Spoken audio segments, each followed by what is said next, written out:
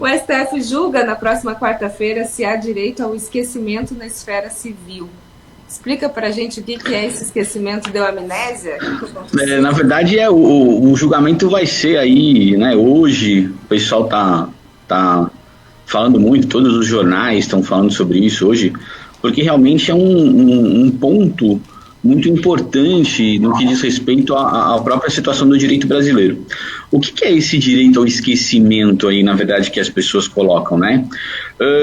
Quando a gente fala de direito ao esquecimento, basicamente o que a gente está falando é que os cidadãos poderiam pedir para ter, os seus nomes removidos dos resultados de busca na internet sobre os fatos passados que perderam valor. Então, por exemplo, você não vai mais ser achado pelo Google, pelo Bing, por aquelas coisas afins. O caso que está hoje no Supremo é algo assim extremamente delicado, é um processo que está sendo discutido por uma família que houve um fato, um crime há mais de 50, 60 anos atrás, e esse crime foi trazido nos anos 90 e alguma coisa, num programa que existia chamado Linha Direta, né, que apresentava esses casos e pedia para as pessoas telefonarem para ver se você encontrava o agressor, né, aquela pessoa que teria cometido o crime. Então, se você conhece, ligue 0800, não sei o que lá, bababá, o seu nome será mantido no mais absoluto sigilo, aquela história toda. E esse caso que chegou lá é exatamente isso, né? As pessoas, mais de 50, 60 anos atrás, isso já teria sido ultrapassado, esse fato histórico, na verdade, já não precisaria mais ser lembrado da forma que ele é lembrado. Vamos tentar traduzir isso para os dias de hoje. Imagina, por exemplo, que eu vou usar o nome, mas para todo mundo poder entender, porque é uma coisa que acontece efetivamente. Imagina hoje, por exemplo, que a gente tenha a Suzane Richthofen, que acabou matando os pais lá num crime super de comoção que acabou acontecendo. Suzane Richthofen foi para a cadeia, cumpriu todo o tempo dela na cadeia, pagou por esse crime, e Suzane Richthofen saiu hoje para poder arrumar um emprego. Aí quando a pessoa vai lá e digita o nome dela, Suzane Richthofen, vai ver Suzane Richthofen matou os pais e tal, aquela história toda, ou seja, ninguém vai empregar Suzane Richthofen, né? Então, o direito ao esquecimento é exatamente isso. A ideia não é eliminar a fonte, acabar com a fonte, não é isso. A ideia, na verdade, é você conseguir preservar alguns direitos da personalidade que existem, que não se coadunariam mais, que não se encaixariam mais num momento como hoje, né? Ou seja, você não pode ter uma marca para sempre disso na sua vida, né? Você não pode ficar rotulado como sendo aquela pessoa XYZ se você já pagou por isso. Existe uma discussão muito grande, até mesmo porque acaba envolvendo a imprensa, acaba envolvendo todas essas situações, né?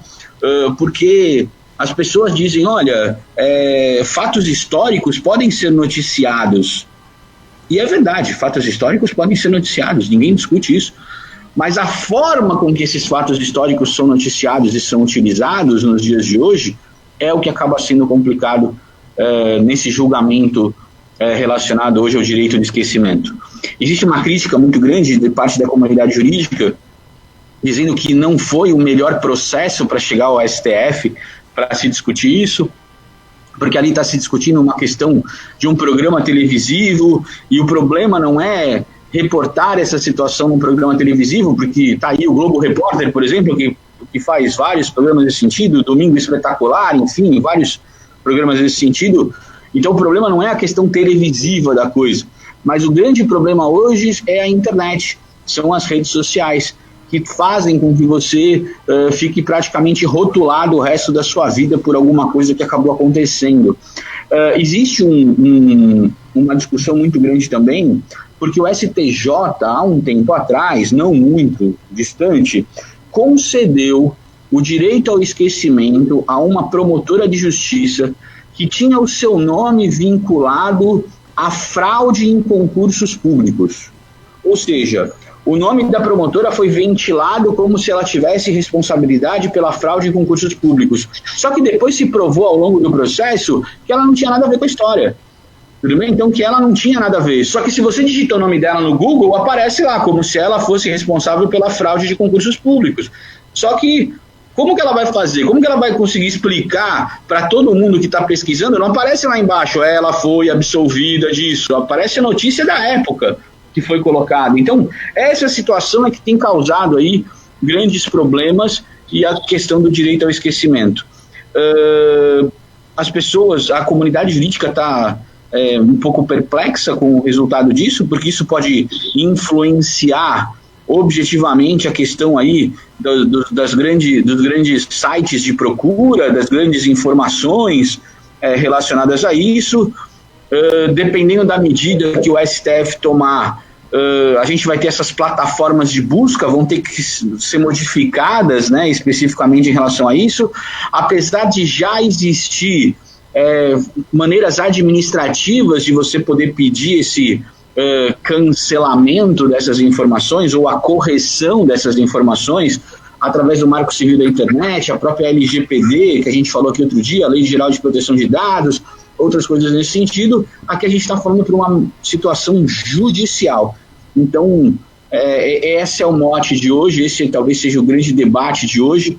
Todos os sites de notícia estão explodindo essa informação, porque o julgamento de hoje vai ser realmente um divisor de águas em relação ao que vai poder ser feito ao direito ao esquecimento no direito brasileiro. Agora você falou sobre a questão da internet, só para ver se eu entendi direito. A ideia, então, é que todas essas notícias, porque assim, num veículo oficial você consegue tirar. Agora a internet realmente, quando a gente fala de pulverizar a notícia, e isso que você falou dessa promotora acontece. Eu conheci um caso exatamente da mesma forma, que o rapaz ele foi envolvido num problema criminal aí, e agora está provado que ele não estava, mas ele não consegue fechar contratos porque as pessoas entram no Google e dá que ele fez determinada coisa que a justiça já disse que ele não fez. Enfim, o que aconteceria se isso for aprovado? É suprimida essa informação da internet? Ninguém mais tem acesso a isso? Na verdade, ou a informação vai ser suprimida ou a informação vai ser corrigida. Então, a regra é, num primeiro momento, a supressão da informação no sentido da busca. Ninguém vai modificar. Por exemplo, se alguém for lá num jornal, por exemplo, vai ver lá no jornal que teve a notícia. Se alguém for lá num canal de busca respectivo e procurar crime do ano de 1900 e taranã, vai ver que existe a notícia. Só que ele tem o direito, entre aspas, de ser esquecido dessa situação. Ou seja, as pessoas não podem mais ficar vinculando essa pessoa a esse fato quando eu simplesmente digito a busca no Google e coloco o nome dele. Né? Então isso que vai acabar acontecendo, a gente vai poder retirar essa informação dos sites de busca da internet. Não que esse processo que está sendo discutido no STF seja especificamente sobre isso. A gente, lá no STF está sendo discutida uma questão no programa de televisão, mas a ideia é exatamente essa, que eu consiga, na verdade, viver de novo. Né? Então, exatamente para evitar esse tipo de situação que aconteceu com o seu amigo. Imagina, por exemplo, a gente sabe, e aí a gente pode citar vários casos, né?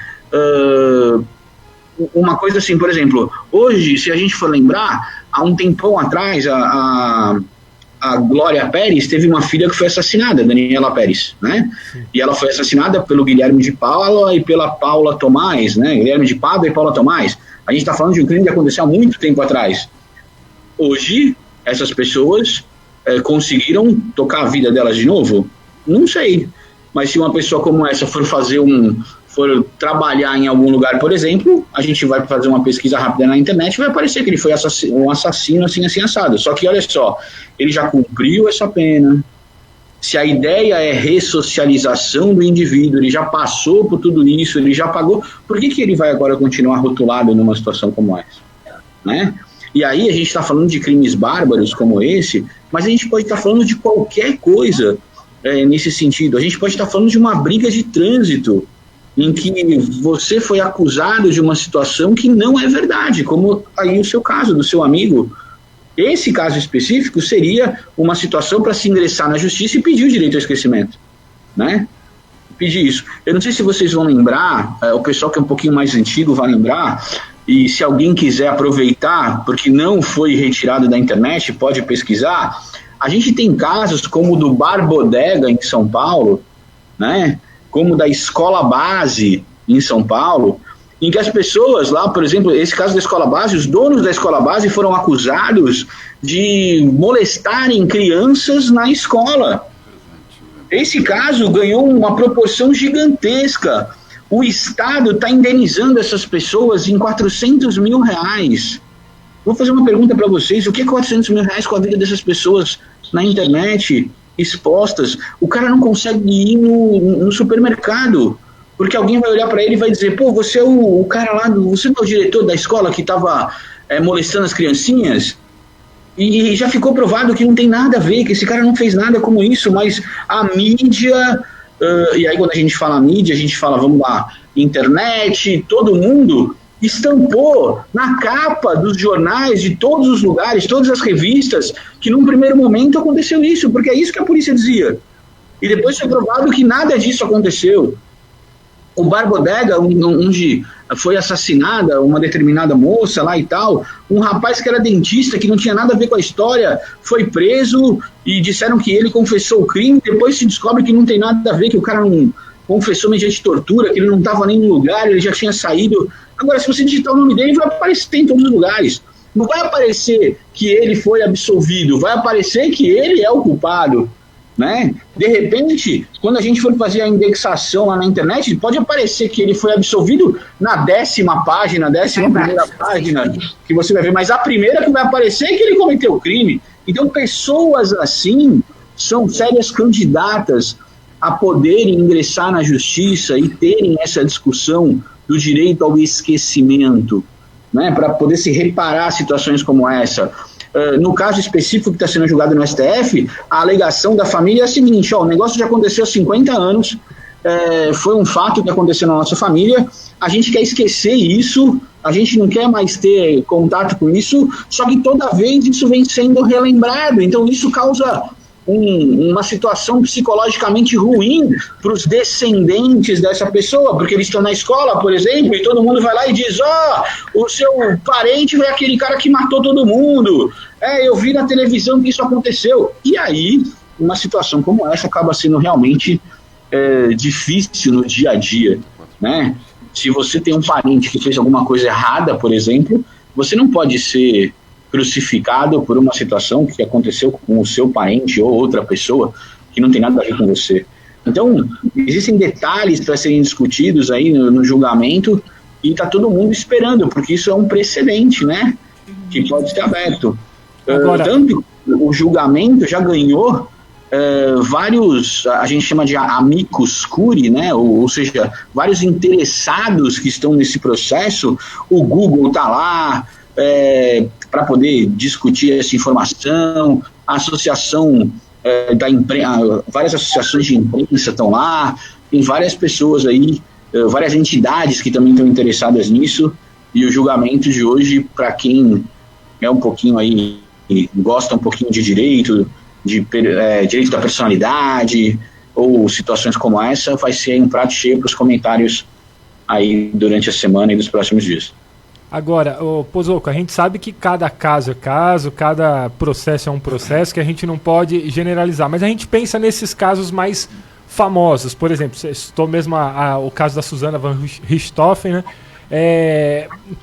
Se isso prosperar, a tendência, por exemplo, é eu colocar o nome dela no Google e não haver mais menção direta ao crime, ou se eu colocar, por exemplo, jovem mata pais tal, eu ainda vou conseguir remeter essa notícia, porque o que fica também de preocupação às vezes é o apagar não a história da pessoa, mas apagar a história que de repente sirva como base para outras questões, principalmente no direito, na comunicação como um todo.